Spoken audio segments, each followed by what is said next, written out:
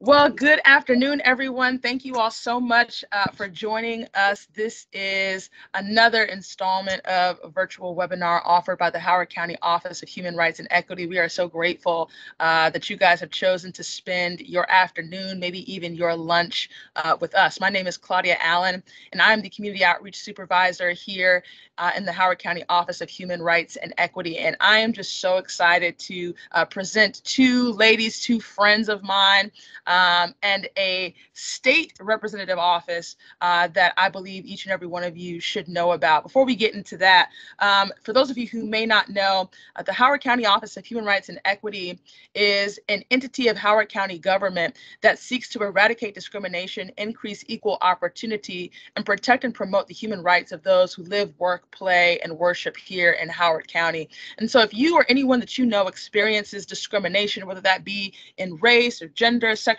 orientation, religion, age, even our newest protected class, citizenship and immigration status, then you want to reach out to our office.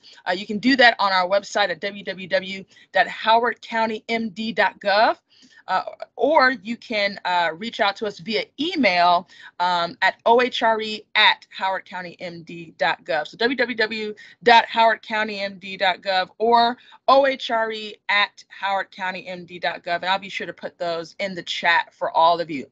Our office is actually broken up into 3 units. We have the investigations unit, which does just exactly what it sounds like. They actually investigate your claims of discrimination. We have the equity unit, which is responsible for actually writing policies that are equitable and looking at the deliverables and the services within Howard County government and determining, are those services, are those practices, are they equitable?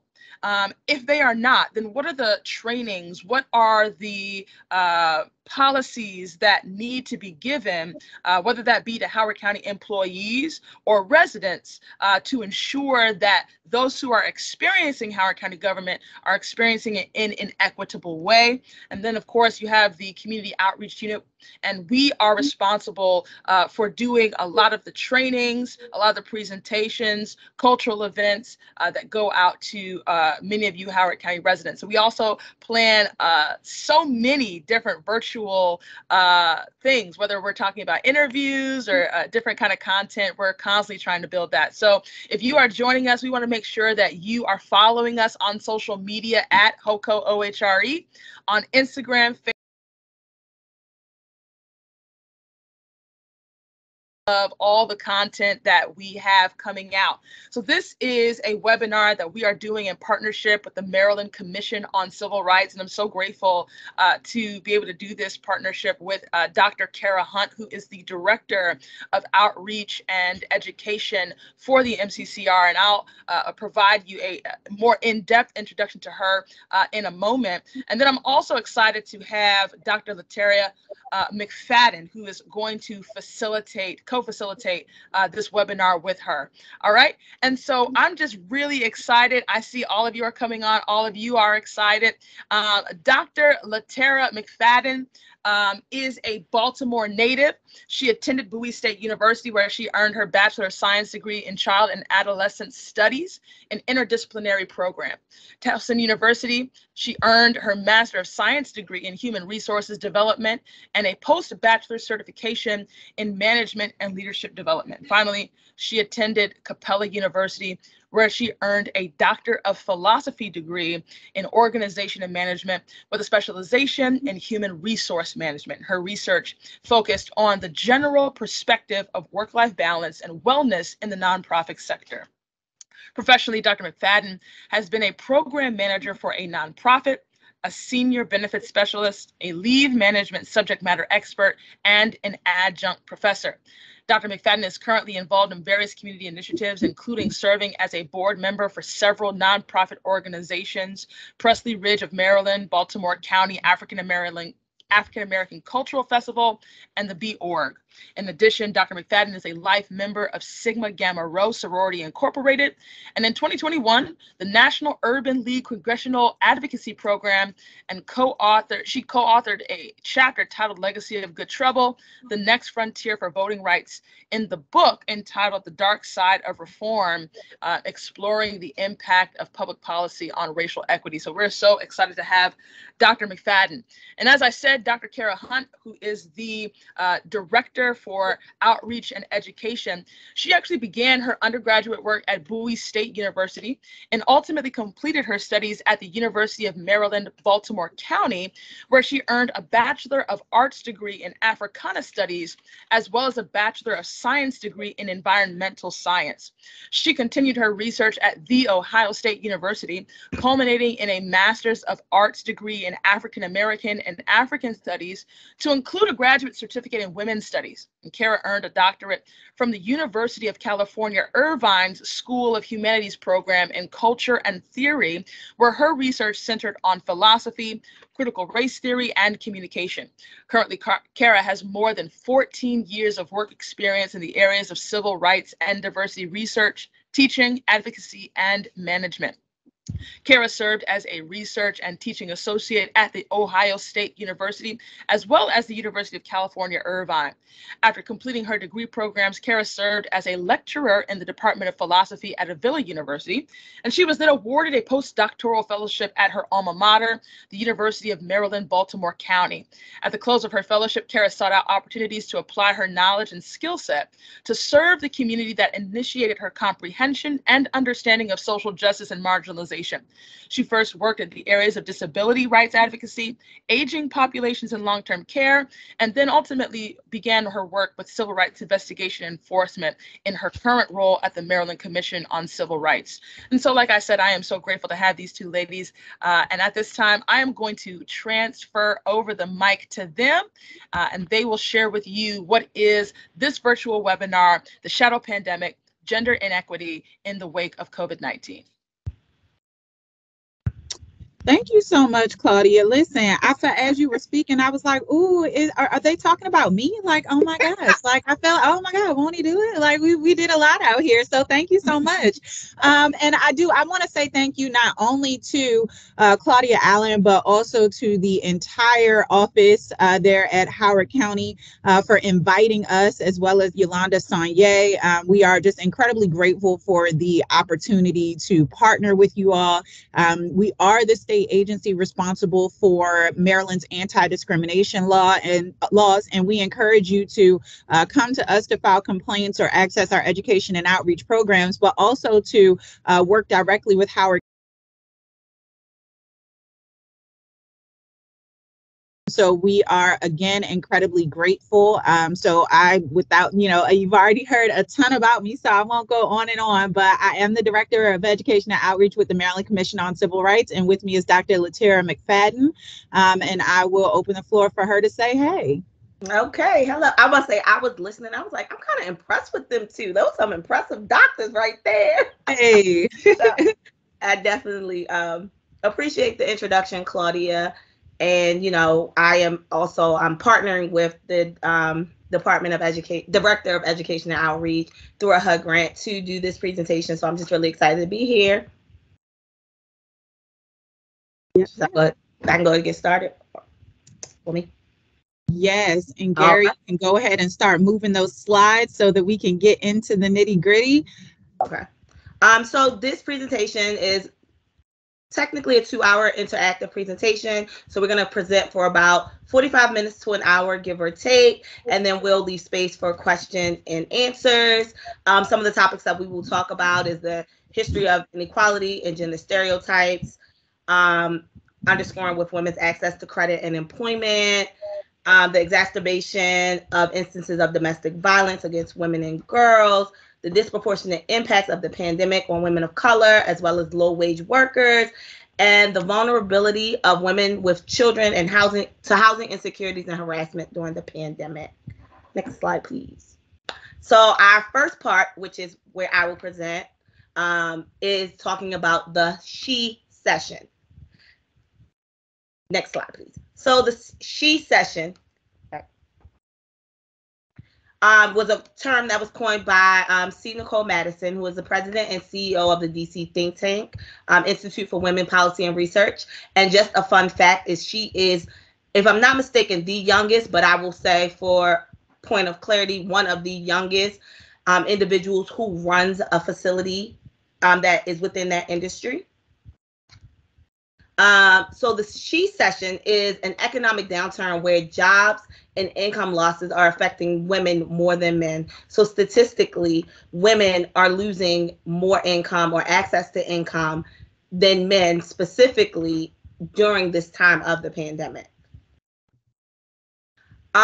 True or false? And I believe there's a chat. I hope there's a chat. And if there is a chat, I want you all to drop this answer in the chat before we tell you the answer. More men than women have been out of work for 28 weeks or more during the pandemic. How many of you all think it's true?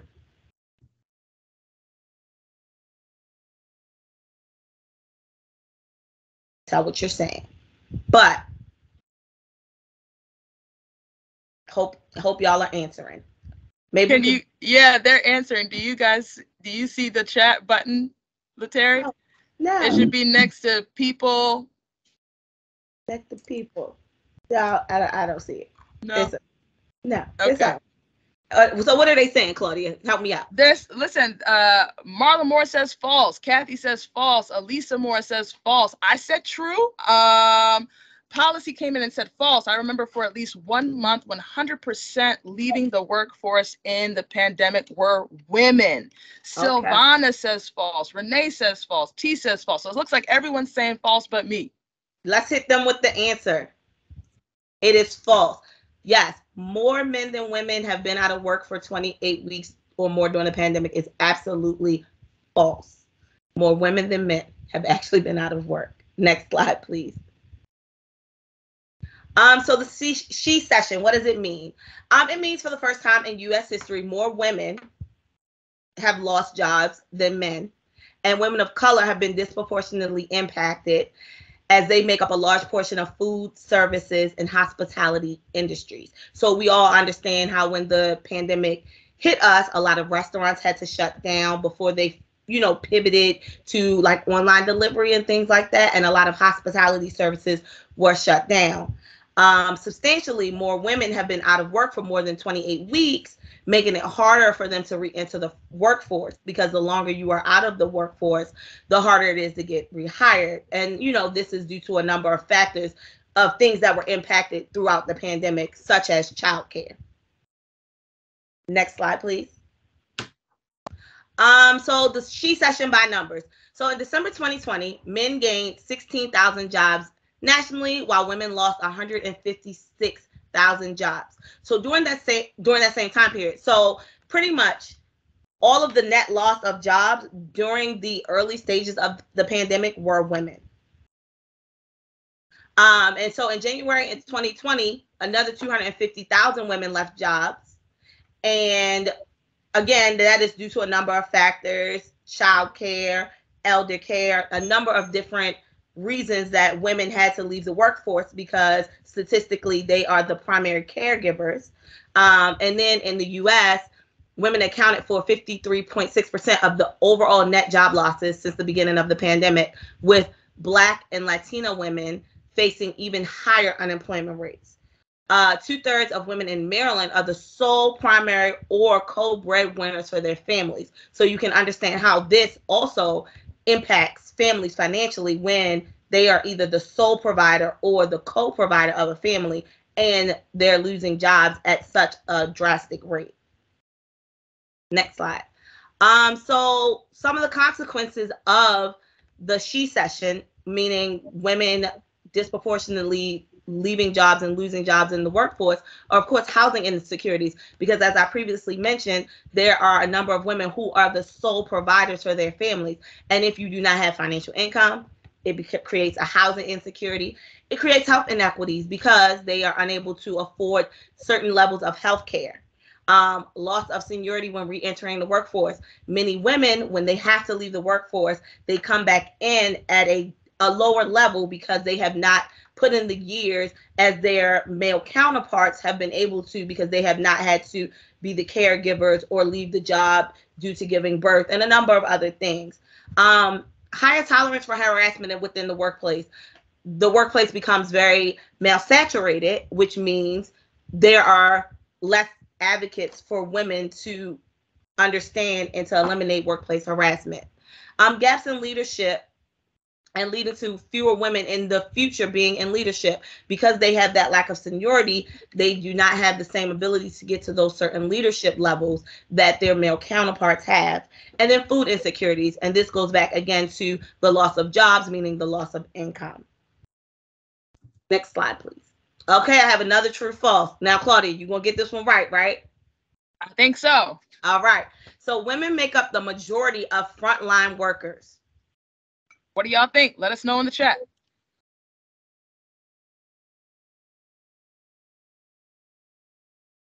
All right, everybody is chiming in true. Okay. Claudia, what's your answer? My answer is true. Okay. Let's see the answer.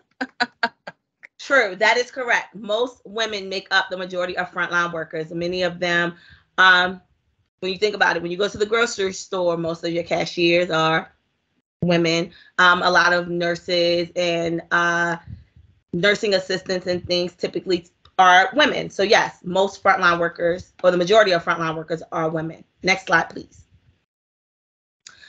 So the she session, what are the causes? So the pandemic itself helped create this she session. Again, as we spoke on understanding the dynamics and the makeup of women in certain professions and industries, those professions were impacted greatly by the pandemic, which impacted a lot of job loss. Women make up the majority of frontline workers in different sectors, including retail, health, education, and paid care, and thereby lacking the ability to work from home or having flexible schedules. Many of them had to leave their employment.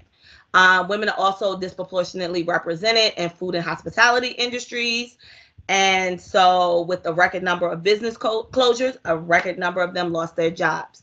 You also have the gender pay gap. And as we know, women make, I think it's 85 cents to the 83 cents to the male's dollar, but that is for women who are identified as white, whereas Black women, I believe, is at 66 cents, and Hispanic or Mexican Latin women are at like 53 cents. So the gender pay gap has a great impact on the she session.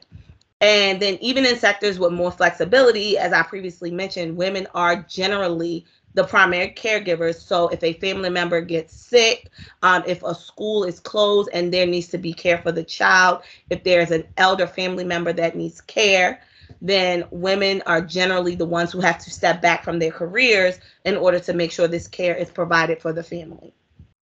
Next slide. So again, what are the causes? So you have the sticky floor. So you understand that the economic phenomenon where women are unable to progress in their positions or salary because every time a life event happens, their career is put on hold. So that is childbirth, an ailing parent,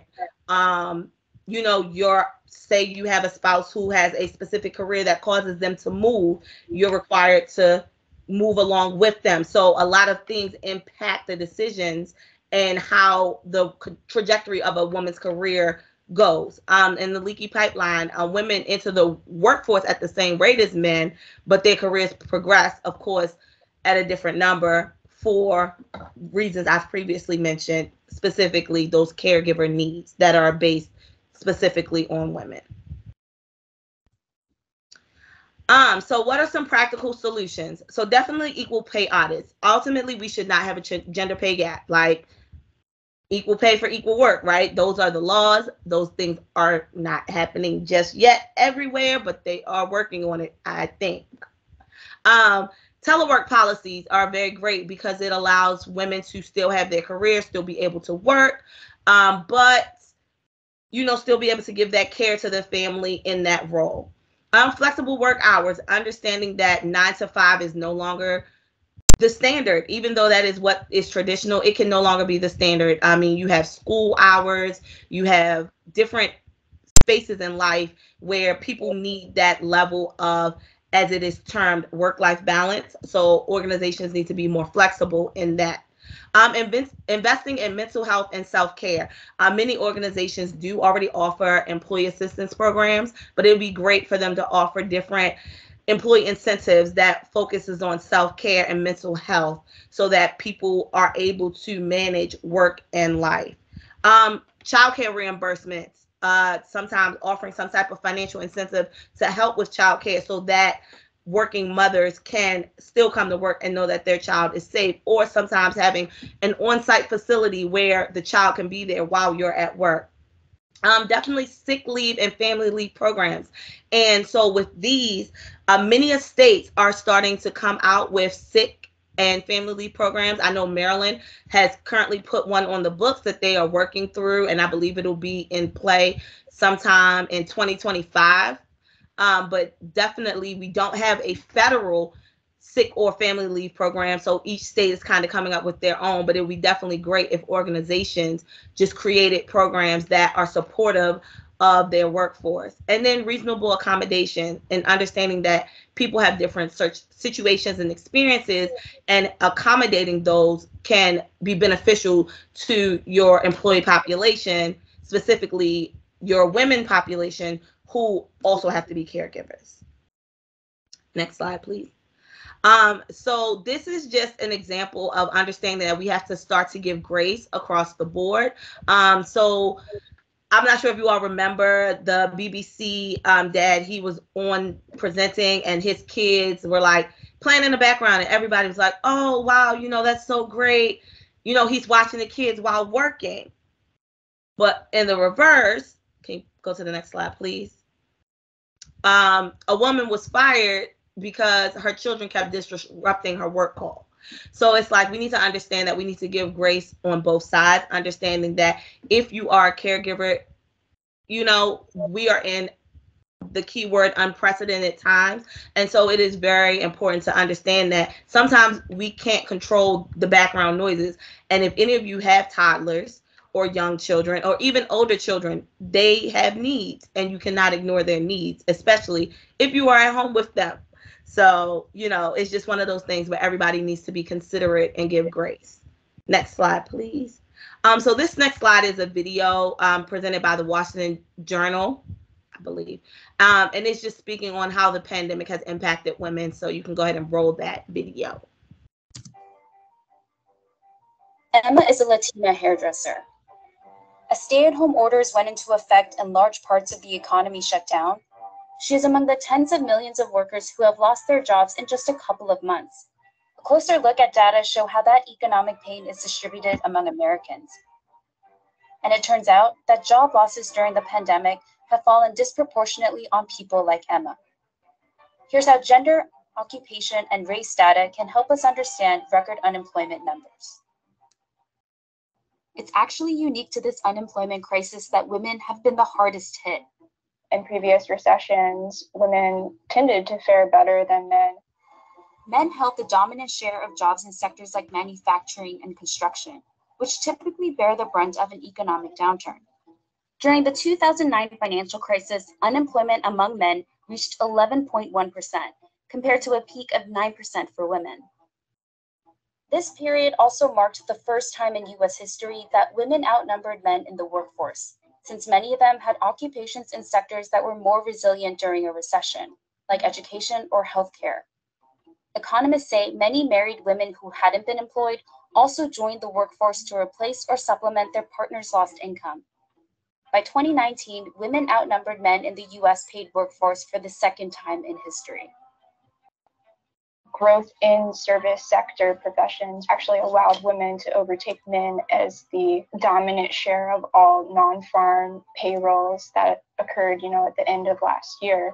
But the pandemic has now upended that.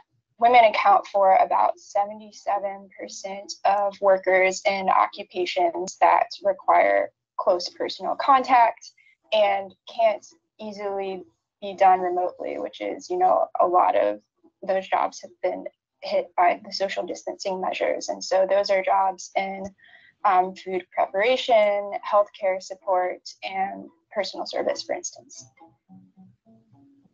The unemployment rates for both Black and Hispanic women were higher than the unemployment rate for white women. If you dive a bit deeper into the data, you see that those service sector jobs that can't be done from home employ more Black and Latinas. For many, working from home is not an option. People are having to make very difficult choices between what's best for their economic well-being and what's best for their health and public safety. Valerie Wilson is an economist and director of the Race and Ethnicity program at the Economic Policy Institute. She stresses that economic insecurity isn't the only hurdle Hispanic and Black women face. Workers of color are in a very difficult predicament based on their position in the labor market and in this economy and society as a whole.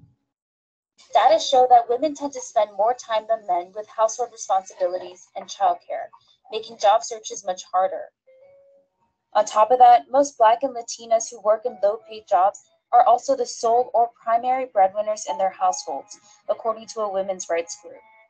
Wilson and other economists expect the road to recovery to be even steeper for Black women and Latinas. I think getting back to work will be harder for women and women of color in particular, because when we recover, the same jobs that were lost probably will not return as quickly. So that will be one factor in a slower recovery in those communities.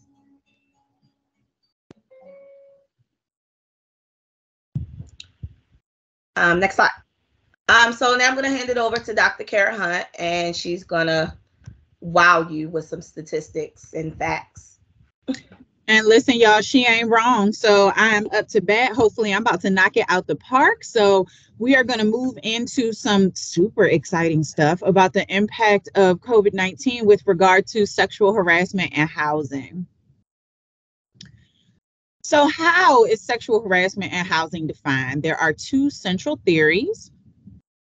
One is quid pro quo, which occurs when a housing provider requires a person to submit to an unwelcome request to engage in sexual conduct as a condition of obtaining or maintaining housing or housing-related services. So let's break that down. First, let me ask you a question. True or false? A landlord telling an applicant that he will reduce her rent if she goes on a date with him is not sexual harassment. What you think? True or false? If a landlord says to an applicant, listen, I'll reduce your rent, but if you go out on a date with me, hit Applebee's, easy. I don't want anything else outside of that, just a date. Is that sexual harassment or not? Everybody is saying false. Absolutely, it's false. And y'all caught the knot in there. The knot be throwing, you know what I mean? You remember that, like in tests in high school and college, and you'd be like, now why did you put that in there? Because I had it straightforward. Yes, it is absolutely false, right? So even asking somebody out on a date, if there's no sexual act or no sexual assault, it's a quid pro quo. It's this for that. You have to engage in this act in order for me to lower your rent. Some examples of quid pro quo sexual harassment. A landlord tells an applicant he won't rent her an apartment unless she has sex with him. A property manager evicts a tenant after she refuses to perform sexual acts, or a maintenance man refuses to make repairs unless the tenant gives him nude photos of herself. So all of this egregious conduct constitutes quid pro quo sexual harassment. Hostile environment, that's our second theory. Hostile environment harassment occurs when a housing provider subjects a person to severe or pervasive unwelcome sexual conduct that interferes with the sale, rental, availability, or terms, conditions, or privileges of housing or housing-related services, and that includes financing. So examples, a landlord subjects a tenant to severe or pervasive unwelcome touching, kissing, or groping. So you may be saying, okay, severe or pervasive. Well, let's say that you have a landlord and every time, he comes to your apartment, he just has to give you a hug, or she just has to touch you on the small of your back, right? So one time that happens, it may be like, you know, and then you say, okay, I would really prefer it if you didn't do that. I would really prefer if you didn't, you know, touch me. I just am, you know, I don't like it. And they keep doing it. So every time they touch your back, they bring you close, right? So that's pervasive time after time, right? And because this landlord has access to your unit, has a key, right, can schedule maintenance and inspections, right? You basically have nowhere to run, no way to get away from it, right? And even if you did, still asking someone who's in a position of authority over you to stop touching you, that means stop. So that's pervasive. Again, like kisses on the cheek, things of that nature. If it keeps happening over and over again, that is pervasive. Now, when we're talking about severe, that's when we're talking about things like sexual assault, right? So someone actually grabbing a part of your body, someone engaging in or engaging in or forcing someone into sexual assault, such as rape or any kind of, again, touching, feeling, grabbing that would constitute assault under the law, that is severe. And so you wouldn't necessarily need that to be a pattern. It wouldn't have to be pervasive and happen over and over again. Just one instance would constitute the type of severity to create a hostile environment. A property manager makes severe or pervasive, unwelcome, lewd comments about a tenant's body. A maintenance man sends a tenant severe or pervasive, unwelcome, sexually suggestive text and enters her apartment without invitation or permission. And I can't recall if we have a slide in here about this, but some of you may remember the case in Baltimore City where there were predominantly African-American women who were subjected to sexual harassment and required to submit to sexual favors, which constitute sexual assault, in order to receive maintenance repairs. So I may be getting ahead of myself here, but I can provide you additional information about that should you be interested. But HUD stepped in with regard to that particular case, and it was a widespread case. There were, I think, at least in the teens, if not 20s, with regard to victims. The impact of refusing. So let's say you're in a situation like this, and a lot of people think it can't be that egregious, right? So I had a training yesterday where we were talking about homophobia and transphobia in the workplace. And I often provide activities, and then I give people the, background, and they're like, this is so ridiculous. This has to be made up. And I'm like, nope, I took these from real EEOC cases and cases that we've investigated here at MCCR, depending on the bubble that we live in, right? So for some of us, the area that we live in, the lifestyle that we live, people would never say or do certain things, right? And we have to consider that that's a form of privilege, right? So to a certain extent, if you are a homeowner, right, you don't have a landlord, right? You don't have somebody who has a position of authority over you. So you're thinking to yourself, how could someone, when we're far removed from these things, it's difficult for us to believe that someone would do egregious, or we're aware of the law. So it's difficult for us to believe that someone would break the law. So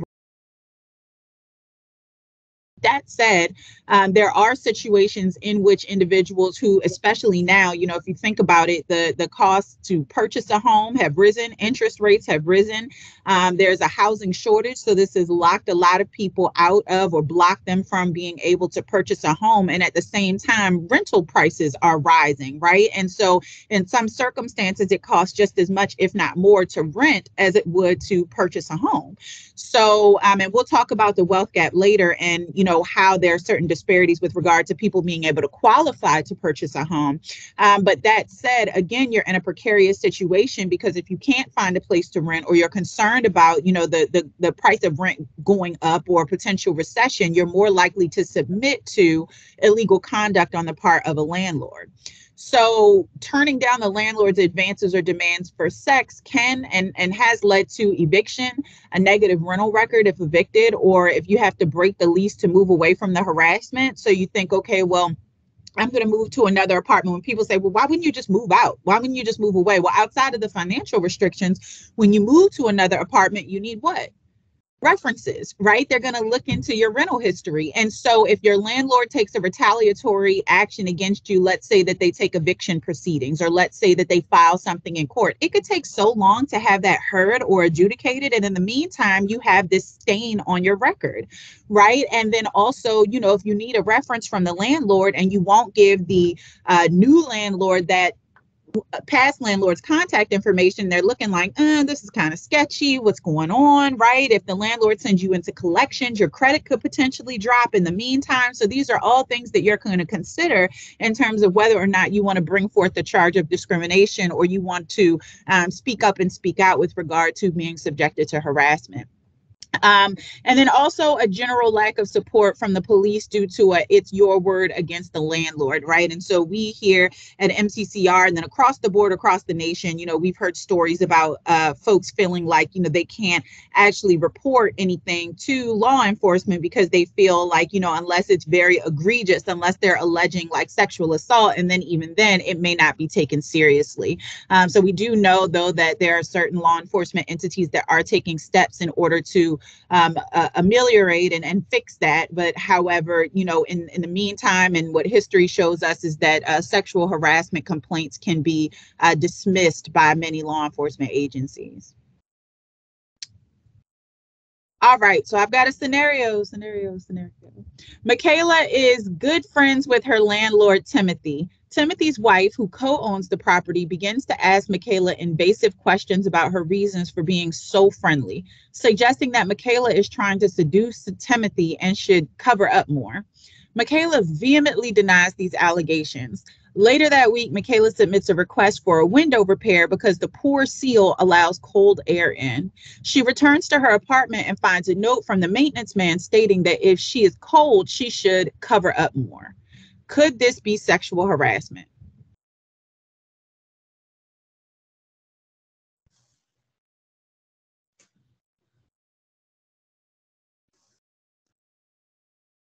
He says yes. Sierra says yes. Marla, Kathy, and Dana say yes. Aura says true.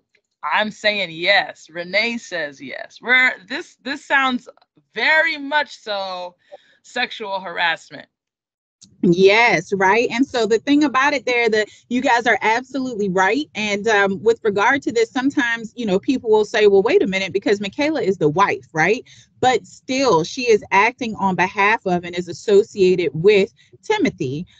So, and she also co-owns the property. So word to Carisha, my man, well, you and your man are about to get yourselves in trouble because you're sitting up here utilizing your power and your authority in order to harass someone and prevent them from having maintenance to their apartment and subjecting them to not only harassment, but also discriminatory terms and conditions. All right. So where does sexual harassment occur the most? Typically, single women are harassed by their landlord, and this has been exacerbated by COVID, right? So I mentioned previously that a lot of people are requiring rental assistance during this period of time. Even though there's a worker shortage, we have to consider that folks are put in a position to catch up. So there are people who are behind on their rent. There are, the courts are inundated with cases, eviction cases, and a backlog from periods when the courts were closed and the eviction moratorium. And so there are single women out here who, are more likely to be harassed in part because of the lack of options and also because of financial insecurity, which Dr. McFadden mentioned in her portion of the presentation. Perpetrators appear to groom their victims by testing their boundaries, right? So it starts small, like showing up unannounced for unrequested maintenance order, and then maybe, flirting a little bit and just kind of trying to test the water to see, right? And even at that level, if you push back, a lot of us, no matter our gender, have been in a situation where you get the drift of someone who, may be trying to, push the line and just kind of see how you feel about something. But that also puts you in a situation to say, okay, well, if I'm not friendly back, then what am I gonna, how is this landlord then going to treat me, right? And all of us don't have all of us don't necessarily have the verbiage to be able to push back against that, and also privilege, right? So I'll tell you, for instance, and anyone who knows me knows I'm a joker, if you can't tell, right? I stay joking, I stay laughing, even if it don't make no sense to be doing so. But I was in the store not too long ago, and I walked through, and this man, he's looking at me, and I'm looking at him, and he's looking at me, and then he says, why don't you smile? You look so mean. And I looked straight back at him, and I said, I am mean. And he didn't know what to say, you know. And so it's one of those things, though, where you could tell just by how taken aback he was. He thought he was really saying something like, why don't you smile? And I'm like, no, I'm not smiling. I don't know you. You know what I'm saying? So it's just, you know, but you could tell he really was like, Dad, you know, you ain't have to come at me like that. And I'm like, you don't have to be asking me to smile, right? But it's little stuff like that. Little, those are the tiniest little microaggressions that people don't notice, where it's like, okay, effectively, you're invading my space and you're asking me to perform because I absolutely know you're not walking up on men at this gas station talking about they need to smile more, right? So it's these little subtle things that people do, right, in order to kind of try to assess where you are. You know, okay, well, if I say, oh, let me smile, then it's like, oh, well, maybe I can have additional conversation with you. Oh, maybe I can continue forward, right? And everyone isn't in a position like me to be in the gas station, like, back up off me, right? If I feel like, okay, if I'm not nice, right, because we also know that there are subtle things, right, at play. So maybe it's not necessarily that you know, maybe you want your window seal fixed, but they're using the cheapest window seal that they possibly can. And maybe if you know, you heard from other people, like, yeah, if you're real nice to the landlord, he'll give you the really nice window seal so it doesn't keep breaking, right? And there's gonna be a lot of technicalities as to whether or not the landlord has to provide this quality versus that quality. It's difficult to prove. So sometimes it puts you in a situation and say, let me just go along to get along in order to, you know, just be able to create a livable situation for me and my family.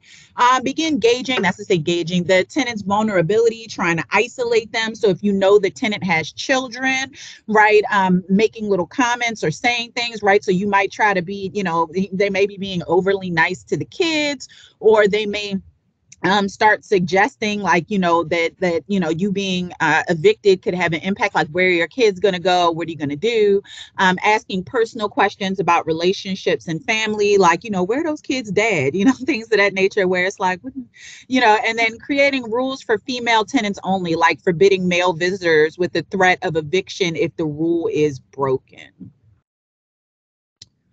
So there's also a disproportionate impact on women of color, right? And this is called intersectionality. This is when we have to consider that most disparities, right, most modes of oppression and subjugation don't impact us singularly. So there's not one person on this call who is a member of only one protected class or one identity group. All of us are members of multiple identity groups.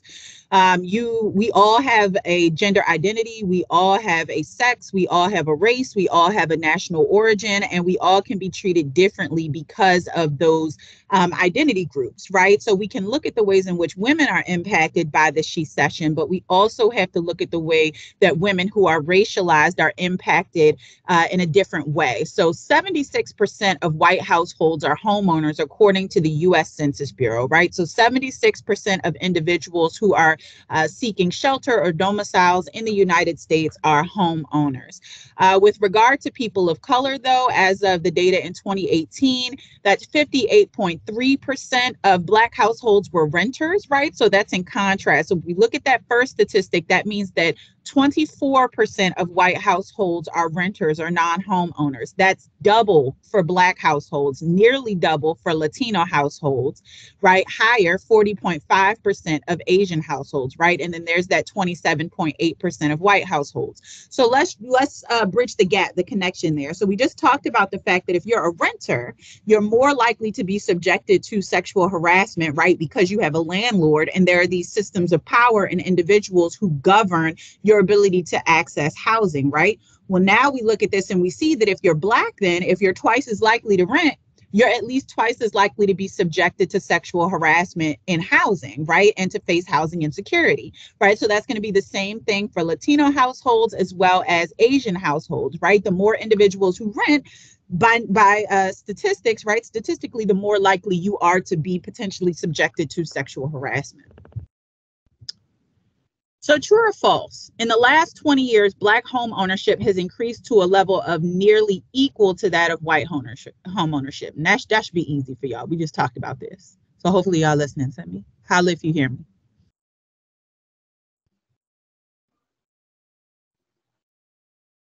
Put it in the chat, guys. Put it in the chat. All right, Dana says false. Renee says false. Sierra says false. Elisa says false. That's right, y'all. It's false. It's absolutely. false. It is figgity false. It is false. That's right. Let's look at the next slide. The home ownership gap between Black and white households is at 30 points, back to where it was in 1890. So we have to look at that, right? A lot of people feel like, all right, well, we got the Civil Rights Act, we got the Fair Housing Act, right? And people will say things like, hey, listen, we're all on an equal playing field. You know, you just pull yourself up by your bootstraps like my, grandfather and their grandfather before them. And it's like, so, hey, listen, we're not on an equal playing field. We don't have access to generational wealth. We are systemically disenfranchised, more likely to be discriminated against in housing and employment, as well as public accommodations. So we are not on a level playing field. So you can, pass laws, and that's awesome. And it's amazing that we, as well as the folks at Howard County, are here to enforce Maryland's anti-discrimination laws. That said, and Howard County's anti-discrimination laws, but that said, right, that can only go so far if we don't have equity. So we're looking at this and we're seeing that a multitude of laws have been passed in order to enforce certain rights, privileges, and protections from marginalized and subjugated groups, but still that gap between Black and white home ownership has not closed, and we'll talk about why. All right, so let's talk about the challenges of reporting, right? Why is it that we can't get this data set? Most victims of sexual harassment in housing choose not to report their experiences. Primary reason being, sexual harassment is usually perpetrated on persons in precarious housing situations, right? We talked about that.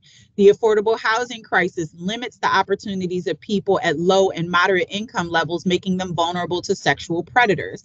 And again, if we're talking about disenfranchisement, Dr. McFadden talked about that, and I talked about it a moment ago, even though it's not necessarily a protected class, well, source of income is, right? But income level is not necessarily a protected class, right? But we have to consider, again, Black and Latino women are more likely to earn lower wages. And so if you earn lower wages, that puts you yet again in another classification wherein you're more likely to be subjected to discrimination and sexual harassment in housing, right? So now we have three, right, triple-fold opportunities for landlords to target certain victims. And when you know what a palatable, in your view, victim looks like, right? Somebody who's less likely to speak up and less likely to have those kinds of resources, then you're more likely to target and victimize those groups over and over again, because you know that you're more likely to get away with it. So then we have landlords who are saying, okay, a Black woman, Latino woman, poor, has children, right? More likely for me to be able to victimize this person without them feeling like they can report. So as much as I can teach you this, perpetrators also know this. Most people still do not know that the Fair Housing Act covers sexual harassment in housing and where to seek help. So I'm sure even in Howard County and then here at the state level, when we get complaints, or when we go out and do training, we were just not too long ago at a festival with Claudia, where she's talking to folks out here and just and hearing some really harrowing stories from people with regard to what they've been subjected to. And I'm sure that Claudia and I share the experience. I'm hearing from people who say, I wish I knew about this, right, in time to file. Like, I wish I knew that we had these rights and protections. And that's what we do here, right, at both agencies. We try to spread the word, but we're hoping that through training programs like this, you guys are going to spread the word too, because a lot of people just don't know where to go. In addition, many in our society don't accept the validity and credibility of a sexual harassment claim.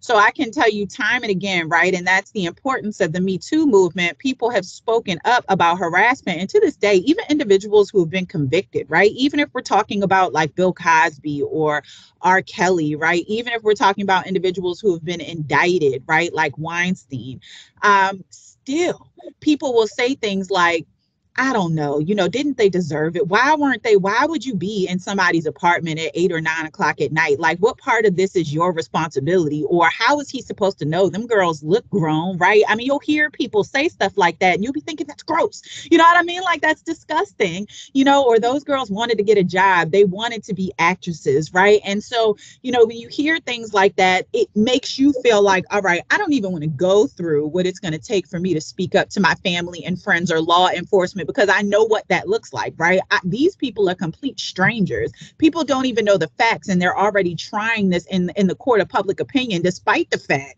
that they've actually literally gone to a court of law, and this person has been convicted, and still you have people out here who don't believe it. So why would I want to step up? And that's the importance of us as individuals combating that kind of ideology. You know, anyone who knows me knows I'm going to blow up the spot. So ain't nobody digesting their food at Thanksgiving, or you don't have to nod like that, Dr. McFadden. So ain't nobody digesting their food nowhere if we want to be out here, you know, defending sexual predators over Thanksgiving or Christmas dinner, Juneteenth barbecues, whatever else. Again, I'm blowing up the spot. So I'm saying it is all of our responsibility in order to combat that logic, because you never know, right? You might be sitting there thinking, all right, I don't even want to get into this beef. I'm just trying to have a peaceful barbecue. I don't want to hear about it, right? But you know differently, right? But you don't know, you know, that there are other people who are overhearing that, or that person is then going on to their workplace or to their places of relaxation and saying the same thing, and then having an impact on victims, right? Folks who feel like, okay, now that they've heard this, they can't speak up. So shutting it down every time you're hearing it, right? Engaging in literal practices of allyship, right? Or even just education. It's very important if you feel safe enough, or if you feel like you could be, you know, put yourself in a position to do that. And I know, just as a plug here, that Howard County, and I'm sure that Claudia can pop some information in the chat about this, has a bystander intervention program that they put on that you could attend if you would like some resources, or to hear about some methods for stepping up and you know, being able to have these kinds of conversations, or, you know, if you experience some kind of like harassment in the community, or you witness sexual harassment and you're like, what do I do? I know that Claudia can provide you with some information on, you know, future programming in that area. Reporting in 2019, NFHA members reported 203 sexual harassment allegations compared to 139 allegations that were reported in 2018, right? So look at that increase, right? We're getting close to a 75% increase, almost doubling. So MCCR didn't extract sexual harassment data from housing during FY 2020 or prior, and MCCR reported only 9 housing complaints based on sex, right? So we do take data, and it's the same as at the federal level with regard to protected class, but not issue, which is something that we're working on changing. And HUD doesn't extract that data either. So that's something we can do to change, being transparent about the work that we have to do on this end. There's not enough current information available about the prevalence of sexual harassment in housing situations. So older research informs us that sexual harassment occurs most often against women with lower incomes and women of color. We know sexual harassment is underreported. We also know that, you know, though we don't know how much harassment that goes on unreported, we know that in order to combat that, we need to target our education and outreach activities in order to promote knowledge so that individuals who need that protection can file charges of discrimination.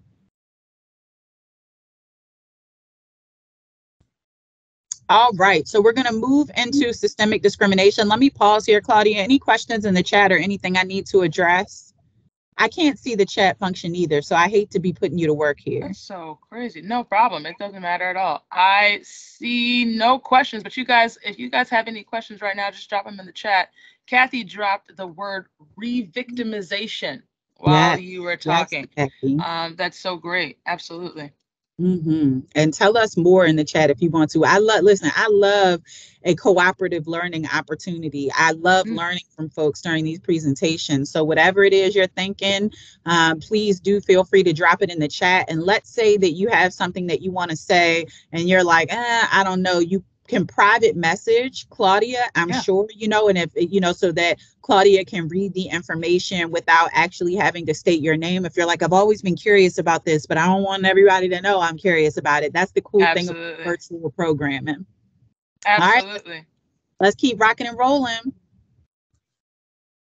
All right, so let's talk about the history of women and access to housing in the United States. So prior to 1974, women were not granted credit or had little access to credit even in their name.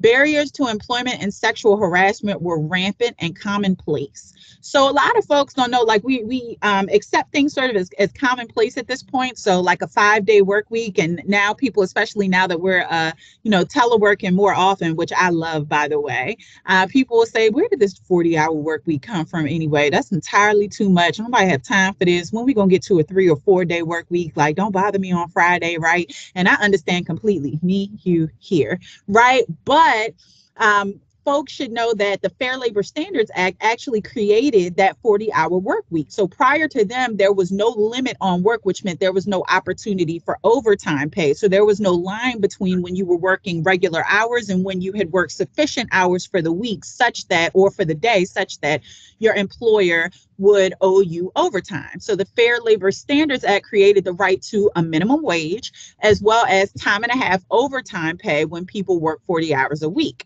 It also prohibited the employment of minors in oppressive child labor, right? But it's important to note that the Fair Labor Standards Act actually excluded domestic workers who were predominantly Black women. So if you were providing any kind of domestic service in the home, that would include child rearing, wet nursing, if you were providing any kind of cleaning services, household services, and then it also excluded agricultural workers who were predominantly Latino and Hispanic immigrants, right? And so that meant that these protections, these 40-hour work week protections, were exclusive in the majority to individuals who were white or non-POC. So there were efforts to maintain the stereotypical belief that women were only suited for domestic labor, right? So not only do you not get the protection under the Fair Labor Standards Act, but also even if you were qualified for jobs, right, you wouldn't have the opportunity to interview for them, and there were no legal protections. There was the idea that childcare, caring for differently abled and aging relatives and domestic labor were not real jobs. So we can tie that into what Dr. McFadden discussed earlier with regard to the BBC situation, right? Which is, funny, and it's okay to laugh at things like that, right? Because it was pretty, the way that he pushed them kids up out of there, you'd have thought he didn't know them kids. So I'm saying it was a funny situation, right?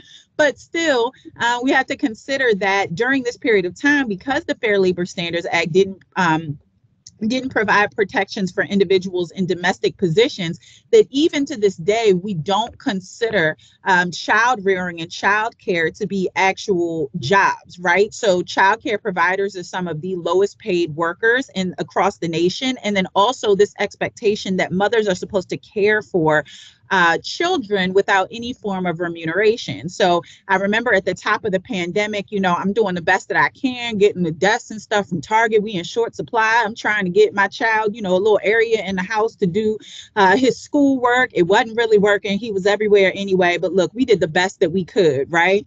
And so, people will post these statuses like, now y'all get to see what it's like to raise your own kids, and you saying to yourself, I was raising Shorty, I was raising him. I had no issue with raising him, but I never said that I was a 3rd grade teacher. Like, I never put that on my resume. I never put that energy out into the universe. Like, number one, I'm not certified to be a teacher. And part of the reason that you think that is because any service that is provided to minors, right, you consider that to be easy work, right? So teachers also are underpaid when you think about it, right? Like, that should be easy. You going into this classroom, teaching these kids, right? Whatever. Like, it's always sort of downplayed as like easy or slight work because it is connected to engaging with minors, right? With children. And so that speaks to the ways in which we expect women to provide childcare, right? Unremunerated, and also the way that we don't respect teaching as a profession. And teaching is predominantly the field is predominantly occupied by who? Women, right? And so it's interconnected in this way, right? And then also considering the fact that in the way that the job market, right, or at the inception of what we now know as like the workplace or at the office, the idea was that women were supposed to be excluded from those spaces. And part of that, and when we talk about systemic discrimination and the ways in which institutions overlap, has to do with the advent of public education. So it's not just that when people say, well, well, you're sending your kids to school and school is not supposed to be a daycare. Well, are you sure? Because the way the housing prices are set up, right, you would need typically 2 people to work in order to make that happen, right? And a lot of us know, so the expectation that 2 of us work, given the minimum wage, and then also given the cost of private school, the job market and the housing market are actually reliant upon the school system, right? They are reliant upon, your job is reliant upon your ability to send your children to school, right? So this is not something that's optional. In most areas, a minimum wage doesn't even provide enough for an individual to rent a 1-bedroom apartment to care for themselves, let alone to care for themselves and their children, right? So this is a system, right, where we're dependent upon schools to be childcare providers to a certain extent, right? And even though we don't want it to be this way, we have to consider the fact that society is structured in that way. And a lot of that goes back to these stereotypical beliefs about women needing to be in the home, and the fact that we haven't updated that in such a way that we consider that now that women are in the workplace, right, at a equal, if not greater level, that providing a safe haven for children and providing free childcare is important to ensuring that women are able to progress in our careers and also care for our smallest citizens. And then the lack of equal pay and the lack of the right to vote, right? So for quite some time, women were not in a position to be able to advocate for themselves through the legislative process, right? So when we look at it, we say, well, it took a long time, you know, for these equal rights, right? For Brown versus Board of the Civil Rights Act or the Fair Housing Act. That was in part because minorities and women were excluded from the opportunity to vote and to advocate, and were often subjected to violence for doing so.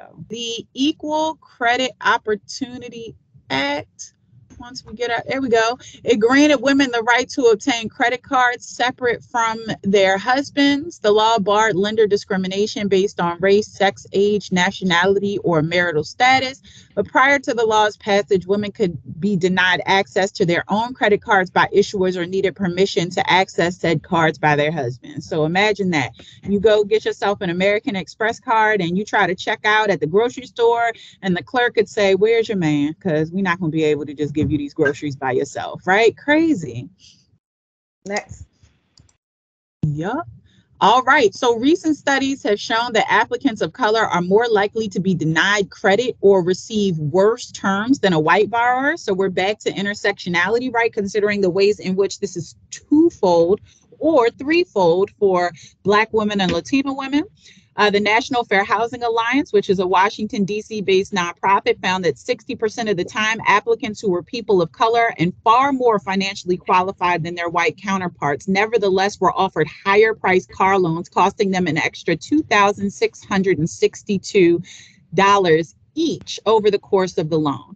So if you could imagine that, and it's like, how does that happen? Well, if you've ever purchased a home or gone to try and find, you know, like a credit card, any kind of credit, you know that, you know, you'll go to different lenders for different rates because they can set their own terms and conditions, but you don't necessarily know what you'll qualify for. So you could go to a credit union site and they say, oh, we have a 5% interest rate available.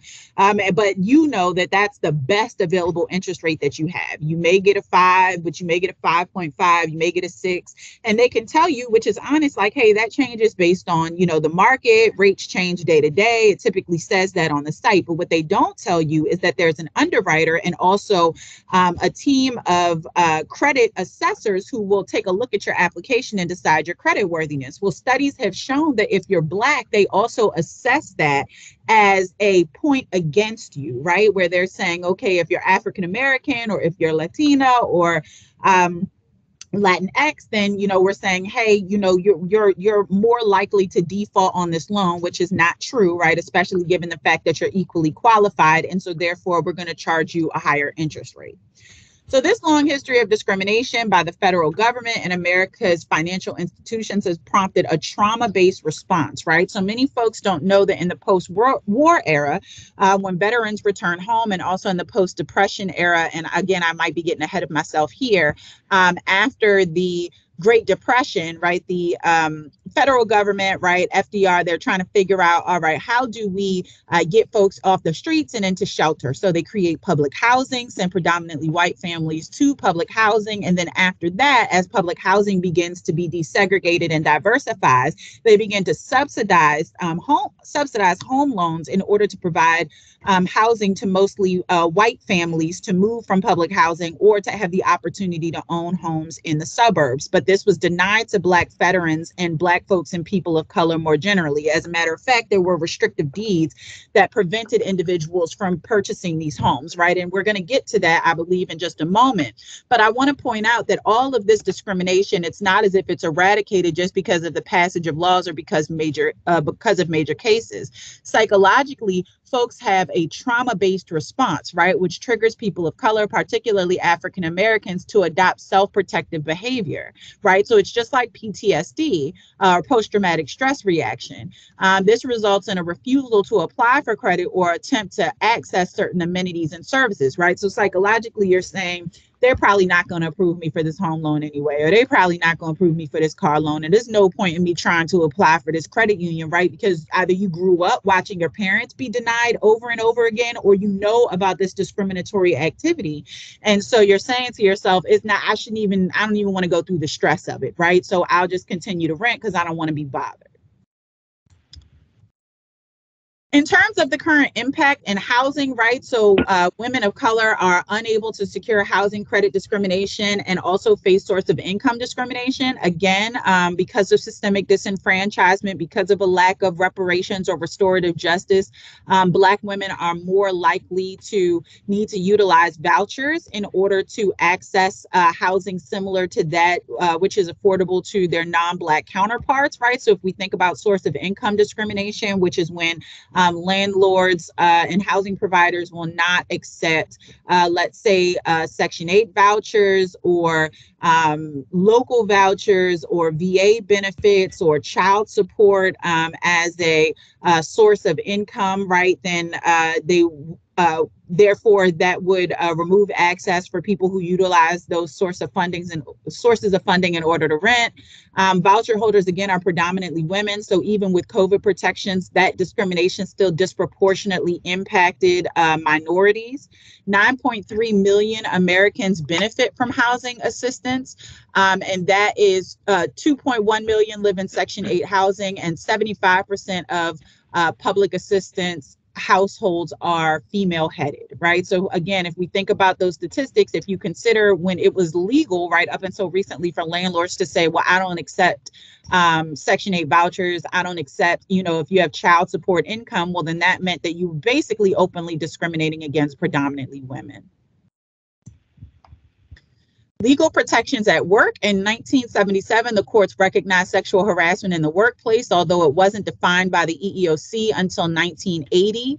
And the Pregnancy Discrimination Act of 1978 made it illegal to fire a woman for being pregnant, which was previously a common practice. So when we think about that, right, and we think about women's ability to gain secure employment, right, we're not talking about probably until the mid 80s when it was acceptable for you to be pregnant and work, right, and seek out any form of leave. And also it was normal to be sexually harassed. And we have a longer training where I show folks that in employment manuals, right, especially in the 40s and 50s, there would be a segment in the manual that would say, hey, we know sexual harassment could be a thing, but if it is a thing and you're subjected to it, probably best that you just quit, right? Probably best that you just leave and find a job somewhere else, right? And people are always surprised about that. There are even underwriting manuals with regard to fair housing where the government was, basically providing tips to lenders to say, hey, look, if you lend to anyone in this area, right, in an area that is occupied by Black folks or has a threat of being occupied by Black folks, we're going to stop providing you with any revenue, any money at all, right? We're going to, not revenue, but we're going to stop funding, right, or providing you with any insurance or backing to provide home loans at all whatsoever. As of 2017, 41% of mothers are the sole or primary breadwinners for their families. That's 68.3% of Black mothers, 41% of Latina mothers, and 36.8% of white mothers. So if you are the primary breadwinner for your family, And you know that, you know, losing housing would mean that you wouldn't be able to provide any sense of security for your family, for your loved ones. Then again, you're more likely to be subjected to sexual harassment and not say anything about it, right? And we see that disproportionate impact for Black women and for Latinas. All right. COVID-19 also created an increase in the cost of childcare and school closures, coupled with the belief that women were better suited for domestic work and qualified educators. So we talked about that earlier, which led to higher rates of resignation and termination amongst women. Over time, income inequality can cause a disparity in wealth, right? But having those stable, high wages provides the opportunity to put away money while maintaining a decent standard of living. And that's important in terms of creating wealth, right? So we have to talk about the ways in which these forms of discrimination keep people in poverty. Judgment, you know, we talked about that earlier in terms of women's ability to simultaneously work and educate children. The cost of rent and not wanting to lose housing also means that more women are isolated and children are isolated in abusive homes and situations. There's also a higher cost of living or rent, more specifically, and buyers of color are also disproportionately impacted here. Wealth gap. So America doesn't just have a gender pay gap, it also has a gender wealth gap. On average, women in the United States own a mere 32 cents to every dollar owned by men, right? So when we think about wealth, it's a balance of assets minus debts. And with regard to women in the workforce, women make less money on the dollar than men, which hurts the ability to save, and are also more likely to work part-time because they're caring for family members, which limits federal and state tax subsidies that encourage savings and investment. And I'll say this can be even more subtle. I'm sure we've heard folks say like, yeah, I was offered a job or there's another career opportunity, but I have a really good work-life balance here. You know, like my job doesn't really bother me. They don't stress me out if I got to go get my kids or if I need to take my kids to a doctor's appointment, right? A lot of women, you know, we feel really bad. Like I know for me, for instance, if my kids get sick, I get sick, right? That's every single time because I'm not about to leave them hanging. You know, they snuggle up on me. They're around me. You know, they want more comfort. You know, they're snotting and sneezing all over you. So there's not enough Zyrtec in the world. I know I'm about to get sick.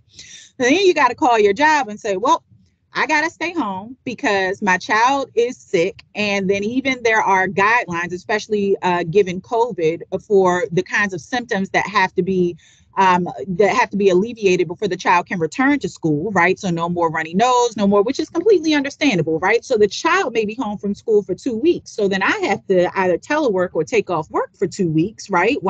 And then also COVID shutdowns. So many of us have experienced that, right? Where if there is a positive COVID case at the daycare itself or the classroom might need to close for a period of time. And then directly after that, now I'm sick. So I can't come to work. And then also you shouldn't come to the office because you consider the fact that then you could spread germs or sickness to other people. That could mean we all out of work and at home for 3 straight weeks, right? A lot of employers don't want to hear that, right? They don't want to hear that you're going to be out of the office for that period of time, and also don't offer telework flexibility. And so when we think about that, right, that also can impact women's ability to gain promotions and to move forward in our careers because we're saying, I'm just going to play it safe and stick with this job because it gives me that kind of flexibility. And I don't know, all employers aren't that way, don't have that mindset, right?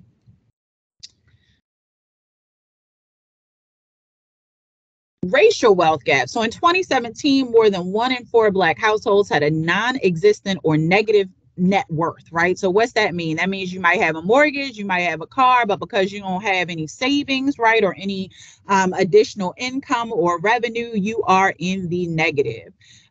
New data from the 2019 Survey of Consumer Finances shows that long-standing and substantial wealth disparities, right, we're talking about from chattel slavery until now, between families in different racial and ethnic groups were little changed since the last survey in 2016. So the typical white family has 8 times the wealth of the typical Black family and 5 times the wealth of the typical Hispanic family. What causes that? So I just mentioned that over time, income inequality can cause a disparity in wealth. Having stable, high wages, it provides the opportunity to put that money away.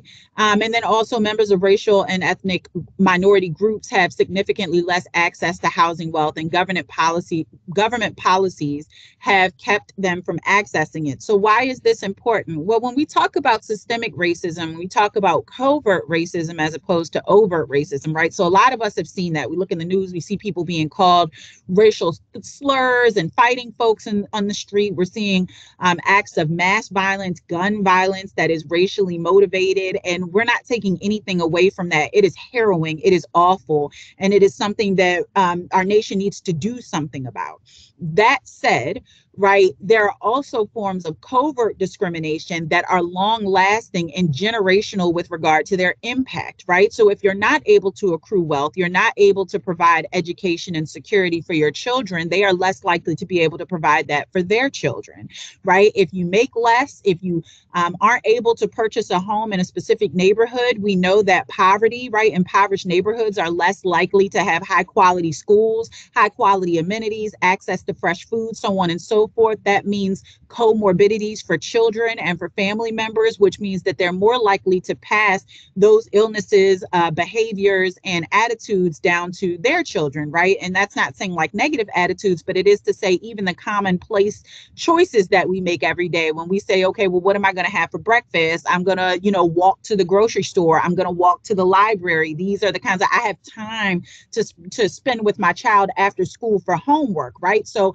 for me, for instance, I'm used to that. My mom comes home, even if I was a latchkey kid. So she would call and be like, you better be in the house. You better be doing your homework. I'll be home in 2 hours. I'm about to check it. You know what I mean? And then we'll come home and have the time, right? I had a 2-parent household for the predominant period and also had my grandparents. So there was someone to sit down and go through my homework in that way. But if you don't have that kind of time and that's not a practice that you're used to, then it has to be learned. That's why we have programs for first generation college students in order to support those new practices, right? But it's new for folks, right? But this is something I can practice with my own children because I know the importance of it, because my mother had support from her extended family in order to, create that, right? So we're talking about generational practices that impact outcomes. The rise in rental prices, so I don't want to belabor that point, right? But we talked about home ownership going up, the price of home ownership going up, and also the cost of rent. And so, again, economists generally define housing as affordable when rent is less than 30% of tenants' monthly income, which is not the case right now. So we earlier in the pandemic, we saw rent burdens decrease in a lot of markets, but now that's a complete flip. Rents have recovered and affordability is becoming a challenge. Domestic violence. So in the U.S., police departments have reported during the pandemic increases in domestic violence. For example, in San Antonio, there was an increase from 18 to 22% and 10% increase in New York City. A study in the Journal of Radiology reports that at Brigham and Women's Hospital in Boston, radiology scans and superficial wounds consistent with domestic abuse between March 11, 2020 and May 3rd, 2020 exceeded the totals for the same period in 2018 and 2019 combined. So that means based on injuries faced by folks who are coming in and saying, okay, well, maybe I fell or I tripped, right? Those wounds that were consistent with domestic abuse doubled during the pandemic. Communities of color are affected more severely with regard to domestic violence, and then systemic inequities lead to lower income and less access to social and private services, right? So if you are subjected to domestic violence, how do you escape? 1 in 3 white women report having experienced domestic violence during the pandemic. That rate of abuse increased dramatically to 50% and higher for those marginalized by race, ethnicity, sexual orientation, gender identity, citizenship status, which is protected in Howard County, and also cognitive physical ability, right? So when you account for those, there's actually a 50% increase. Rising rent means women often need 2 incomes to afford housing. So choosing between suffering domestic violence and having shelter, right, which is a very difficult choice. And now we are going to wrap up. There's a summary here. I'm going to read through it. The history of inequality and gender stereotyping, underscoring women's access to credit, employment, and housing. We talked about that. We talked about the exacerbation of violence, domestic violence against women and girls, as well as the disproportionate impact of the pandemic on women of color and low-wage workers. And also the vulnerability of women with children to housing insecurity and harassment during the pandemic.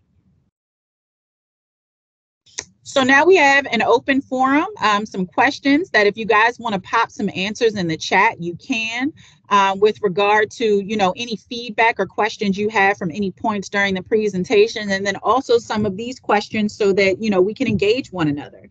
So how have my experiences informed my understanding of this material? So any stories you want to share, anything that you want to inform us of that maybe we weren't able to really catch throughout the presentation, or maybe you can help us to capture that, sharing some personal narratives and experiences. How might my experiences support the learning outcomes for today if shared? So if you share them with us or you share with other folks, how could you then, support people in accessing the rights and privileges and protections that we've discussed today? Inferences from the presentation. So what are your takeaways and how can you apply them outside of this learning space? And then also if we can have a goal-oriented dialogue. So how can individuals and communities work to end these disparities? Any resources you know of, anyone you'd like to shout out here and say, hey, if anyone is facing this, I know this great nonprofit, this great organization, this great resource. Dr. Hunt and Dr. McFadden, I think the thing that shook me the most was I really did not know that women were being fired for being pregnant. Less than 50 years ago?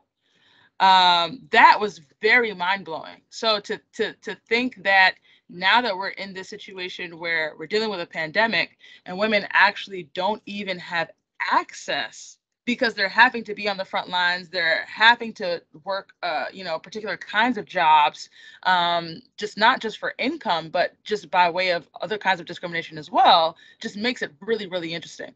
Marla says, thank you for an excellent presentation. As a civil rights equity facilitator, I've learned a lot this afternoon. Kathy said, I recently purchased a home in December with my fiance. I love it, but I find it bittersweet that if I was a single woman, I wouldn't have been able to purchase this home on my own. It just puts everything you said in perspective. Women deserve better in all areas. T said, thank you for this necessary presentation, grounded in history, statistics, and data to help shape the narratives. What other feedback do you guys have for us? Let us know in the chat, or if you feel comfortable, go ahead and come off mute and talk to us. We'd love to hear from you. Dana says, seeing the names of legislation helps give context on timing more broadly and to some of the stories people have told me. Dana, we want to hear, what are some of those stories that people have told you? T says in the chat, the pandemic also highlighted existing unfair division of labor at home that often falls on those that identify as women. Really great point. One question, here's Dana's situation. So she says one grandmother in her late 80s now told her about how she was seeking a job and her boss or supervisor asked her to be his work wife, knowing that she was married and he was married. She said that she didn't know what came over her, and she told him, when you ask the men to do that, I'll think about it. And she said he straightened up after that. Wow, that is crazy that someone would just so boldly articulate something like that. So I know Dr. Hunt and Dr. McFadden, you both kind of spoke to the factors that keep women from actually complaining or sharing about these kinds of instances, whether it be in employment or in housing. What does it look like to either get more women to share about these instances, or for individuals, whether it be other women, to advocate for? Like, how do we become aware of these things? Because I feel like conversations like the one that Dana just shared are private, right? So many times these predators are engaging and make these kinds of attempts one-on-one. And so how does someone then seek to advocate on someone's behalf if I don't know about it, if I haven't seen it, if I haven't heard it myself? So I would step in and say, again, with regard to that, that's that bystander intervention piece. I think that there are subtle ways, right? Which is, letting people know that certain, behaviors are, not tolerated. So let's say, I think we've all heard things, and I've heard from so many people who will say, oh my gosh, I'm pregnant. I myself, I have a toddler, and I was a little nervous when I was like, what do I do? So I went into our staff meeting, and, they were talking about the schedule, and all I could say was like, well, I probably won't be able to make it, in July because I'll be having a baby. And they were just like, what? You know what I mean? And I was just kind of nervous to say it. And they were like, for what reason? Like, why would you be? And it wasn't until that moment, because they were so excited for me.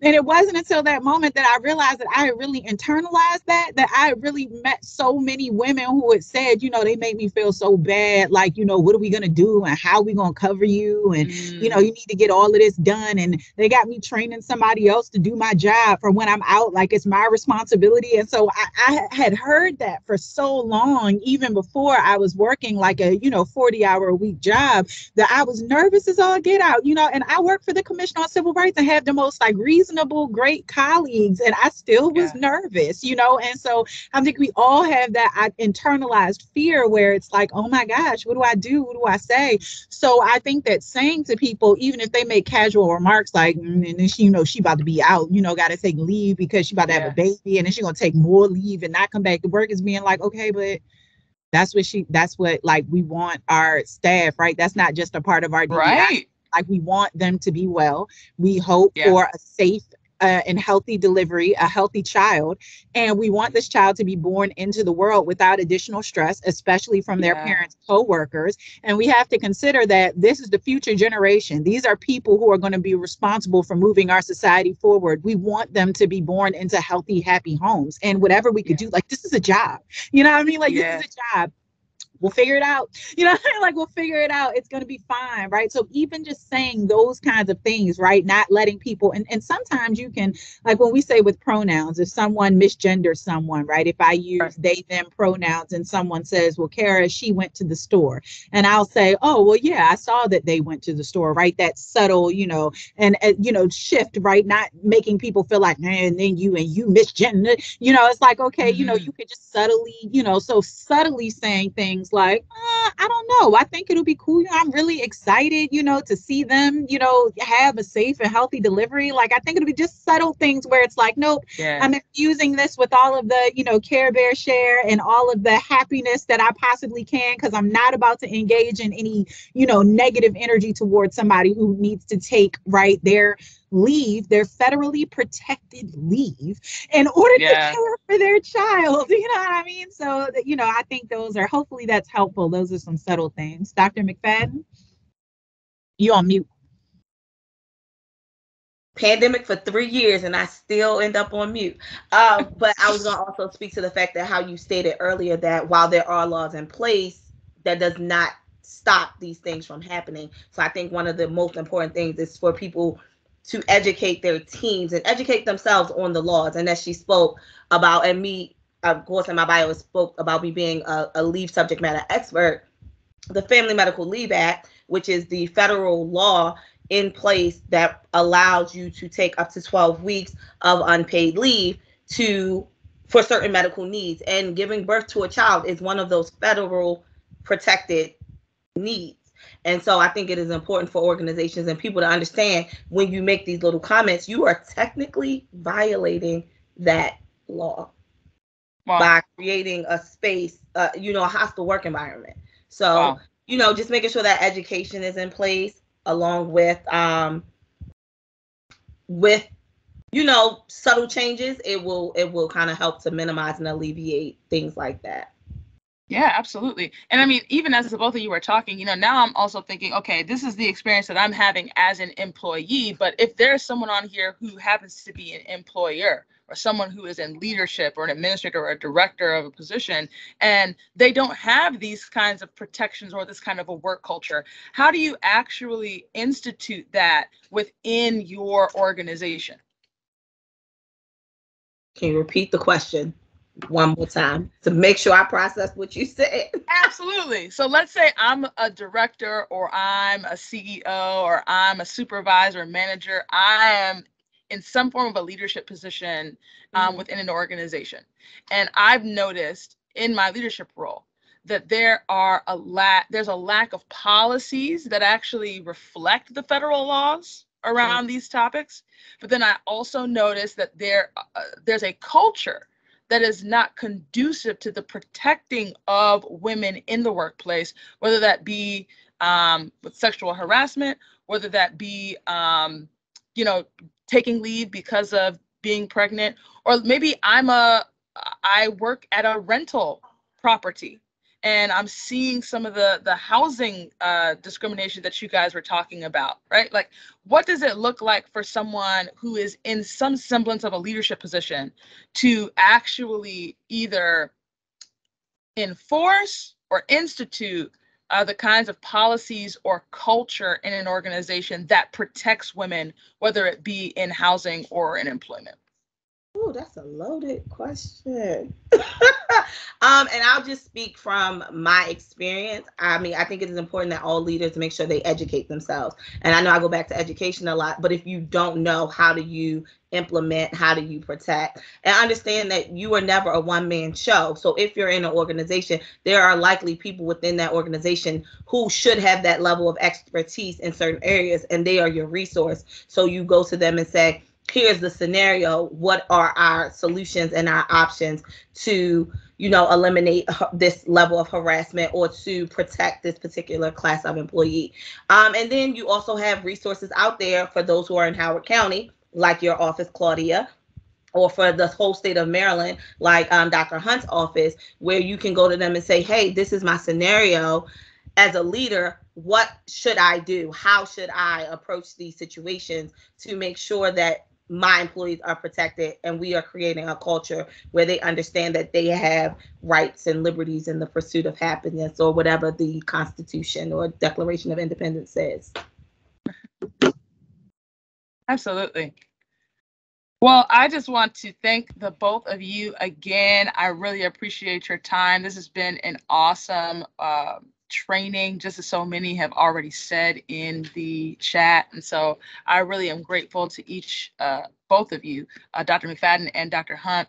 For those of you that want more information and more training, please be sure to visit the Maryland Commission on Civil Rights. They have so many more educational opportunities around this kinds of information that you absolutely want to take advantage of. And I think what many people often forget, whether it be the Office of Human Rights and Equity here in Howard County, or whether it be the Maryland Commission on Civil Rights, even our investigative services are all free. Okay, we are literally servants to you. And so if you are experiencing anything that Dr. Hunt mentioned by way of housing, you've got maintenance men, knocking on your door at random hours of the night, and you did not put in a maintenance request. If you have individuals in your place of employment that are hindering you from promotion because you are now pregnant, or any other kind of discrimination that could be based on your race, gender, class, source of income, marital status, citizenship, or immigration status. There are so many protected classes. We really want you to reach out to our offices because we are here to serve you. We are here to protect and promote your human rights. And so for those of you who have joined us, thank you so much for being with us. We will have another virtual presentation that's not going to require registration. We want you to join us on our Facebook page. So like I said, make sure that you're following us on social media at HOCO OHRE on Facebook, Instagram, and Twitter. And that way you can watch Dr. Denise Boston, who is our Equity Restorative Practices Manager. She is going to be talking to us about the difference between equity and equality and why we need both of them in order to make a difference. So make sure that you're joining us on Facebook. That's this Thursday, July 21st at 12 noon, same time, just Facebook Live. Facebook Live will be talking about the difference difference between equity and equality this Thursday, July 21st. Thank you all for joining us. We see you in the comments. So appreciative of this presentation. I'll give Dana the final comment. She says that culture change is real. Leaders, positional or otherwise, share the responsibility for the change. In my office, reviewing and updating our personal guide brought out a lot of this recently. And one example was adding that donors are included in the list of people who are to be reported if harassment occurs. So great. I really hope that all of you have a fantastic rest of your day. Thank you so much for joining us here at the Howard County Office of Human Rights and Equity. If you experience discrimination of any kind, visit us at www.howardcountymd.gov/OHRE, or you can email us at ohre@howardcountymd.gov. Have a great rest of your day, everyone. Bye-bye.